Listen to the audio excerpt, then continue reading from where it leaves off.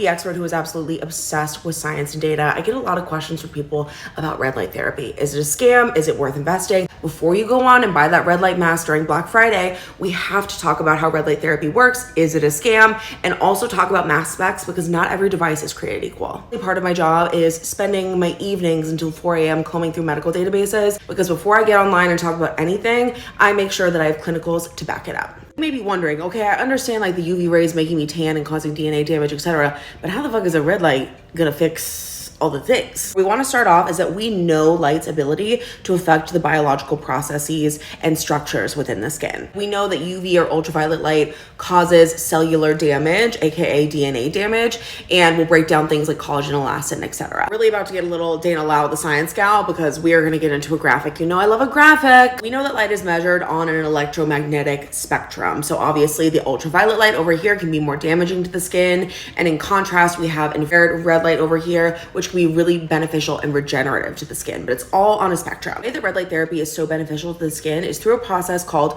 photobiomodulation, which I will refer to as PBM from now on to keep it easy. Basically, the infrared light and red light make up a blob or a bubble or whatever visual that you want to use that is called a photon. Photon then reacts with the skin cell, essentially creating some sort of change in how the skin cell functions. This can also help stimulate production of ATP within the cells by influencing mitochondrial function through light absorption. If you guys want even more in depth on the science, let me know, but essentially it just helps your cells be the best that they can be. With hair loss, it's going to help promote hair growth. If you're dealing with collagen and elastin loss and your skin cells are not producing the way that they used to, it'll help with that. It helps with skin smoothness, texture. We use red light therapy for people struggling with chronic pain like I do, so I will also put this pretty much all over my body. I have a lot of people who are very concerned about melasma.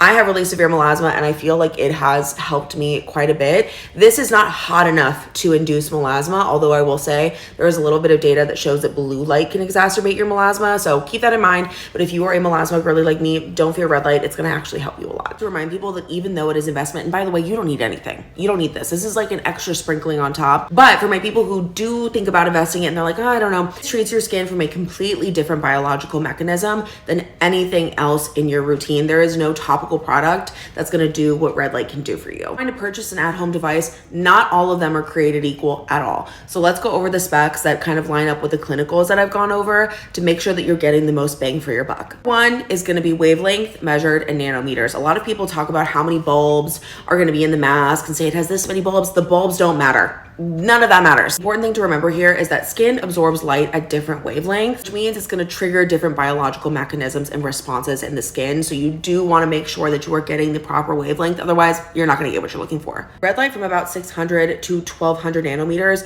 is going to affect the things that you want it to affect, like collagen, elastin production, redness, texture, rosacea, hair growth, etc. So you want to stay within that range. Also, the ideal nanometer range for just healing in general. Next most important thing is irradiance. Okay, and you may be like, bitch, what the fuck is irradiance? Irradiance is essentially the power density of the LED lights. And again, you are not going to get more irradiance just because you have more bulbs. So people that are marketing that way are wrong and do not take the bait. Generally, devices that you're using at your esthetician, your dermatologist, your plastic surgeon are going to range from 40 to 150 milliwatts per centimeter squared. I'll put the measurement up here because we're doing science today. Personally, we'll only use or buy at home devices that go from about 40 to 70 milliwatts per centimeter squared and above. Math. Personally, I just think it's a waste of time to do anything below that. It's like you're already spending money, something that actually works and functions the way that you want it to. Already all know that not everybody is as well researched as I am, okay? So a lot of people are going to make big claims and talk about, you know, these TikTok shop red light masks, etc., that make a ton of claims, but the specs don't line up. So stay woke. So picking a mask, I'm gonna give you guys my favorites,